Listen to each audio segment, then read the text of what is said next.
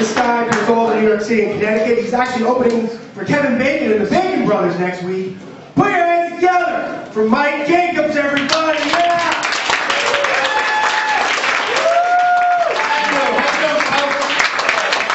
Good.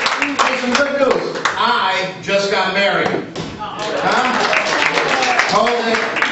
No big deal. No big deal. I've been married many, many times, and I know. But you know what? I'm very fortunate to have met loving, beautiful, caring women who over time become consumed with rage and hate towards me. Never understood that. Never understood that. Except my first wife. She actually was a little pissy when I first met her. But I gave her a pass. She had a very tough childhood. She had a tragic accident. She lost her twin sister in a freak accident. I mean, come on, how many times have you heard about a house falling out of the sky onto somebody? So I had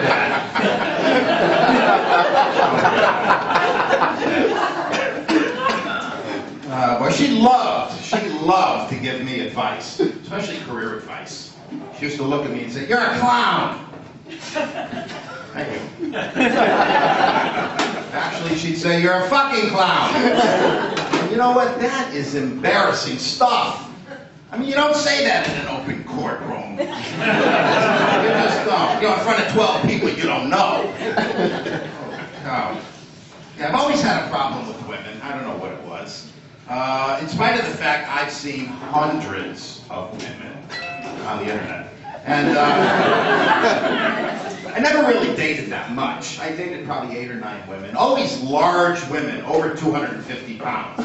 I don't know what my motivation was, other than I love telling my buddies, "Man, I'm taking a ton of chicks." I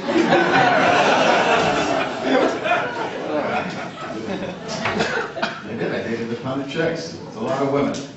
But I don't know, maybe I have it right this time, maybe I don't. I don't know.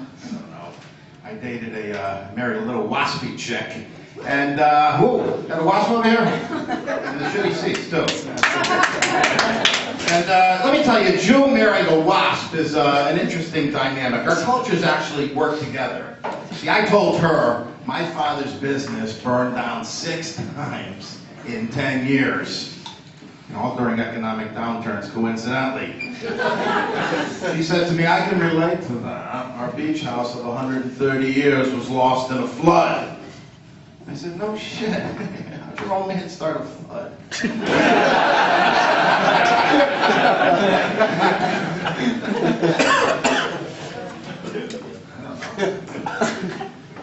Speaking of old men, my dad just turned 94 years old. I will pass that along to him. He lives alone. At least that's what I tell him. And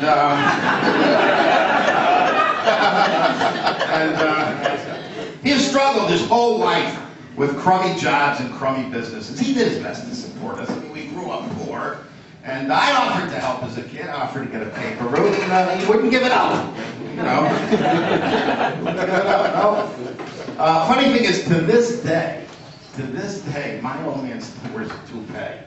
Imagine a 94-year-old guy wearing a toupee. Now, this is not just any toupee. This is the worst toupee known to man. I mean, when I was a kid, I thought he walked into a toupee store and said, "You know what, give me one that doesn't fit. And preferably one whose color is doesn't match any follicle on my goddamn body." You know, the kind with the part over here and the hair sticking out over here. You know, to this day, he doesn't think anyone knows he wears a toupee. In spite of the fact, he only wears it in the winter.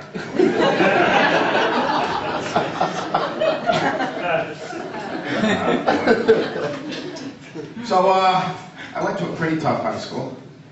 1,700 blacks, 2 Jews, me and the school doctor. And I gotta tell you, I'm not even sure this guy was a doctor. I mean, I'm not sure he was a doctor. You know, every visit down there ended in a damn hernia exam. Can you clean your head and cough? Hey, doc, I'm here for my eyes, for Christ's sake. That's a man joke. We all turned our head and coughed. People always are very curious, though, what's it like going to an all-black high school as a little dumpy white Jew? And I used to say to them, you know what, it's a little bit like being a three-legged gazelle flying country safari.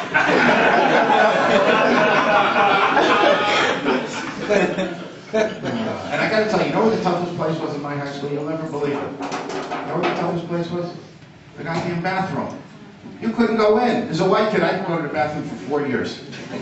It was the white kid's Bermuda Triangle. You walked in, you just may never come out. I got to tell you. But I tried to fit in. I went to all the dances and all the proms. And my mom and I always had a great time. That's so nice. Yeah. Tough school, tough school. I unfortunately was stabbed my senior year. Yeah. And nobody's laughing now, are they? And I got stabbed pretty bad. Got rushed down to the doctor's office. Yeah. And he took one look at it and he said, "This is very serious. You're going to need stitches, maybe you're going to need surgery." And I said, "What are we going to do?" He said, "Let's get the hernia exam out of the way. We'll get you to the hospital." Hey, that's my time. I'm Mike Jacobs. Thank you very much.